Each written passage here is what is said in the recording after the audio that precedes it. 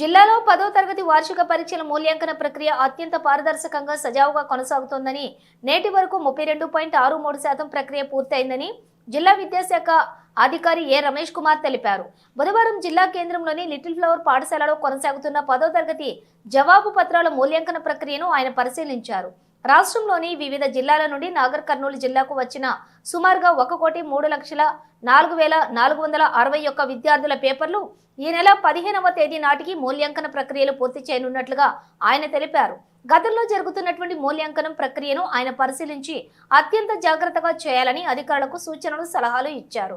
Spot వాల్యుయేషన్లోని పాల్గొంటున్న ఉపాధ్యాయులు ఇబ్బంది పడకుండా వారికి తగిన సదుపాయాలను అత్యంత పరిస్థితుల్లో ఏర్పాటు చేసిన ప్రథమ చికిత్సకు సంబంధించిన మందులను ఆయన పరిశీలించారు.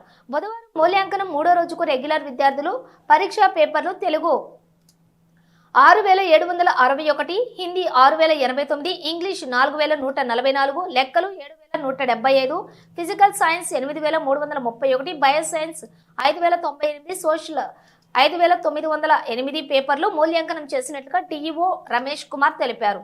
బుధవారం వరకు మొత్తం 4,03,898 పేపర్లు మూల్యాంకనం చేసినట్లుగా తెలిపారు.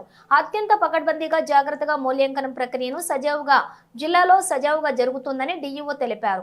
ఈ కార్యక్రమంలోని ఎగ్జామ్స్ రాసి Rajasekhara Rao, assistant camp officer Kurumaiah, Yadagiri కార్యాలయ పర్యవేక్షకులు నాగేందర్, మూల్యాంకనం పర్యవేక్షణను అధికారులు లతాదేవి, సత్యనారాయణ రెడ్డి, శ్రీనివాస్ రెడ్డి, నరసింహులు, ఇతర సిబ్బంది పాల్గొన్నారు.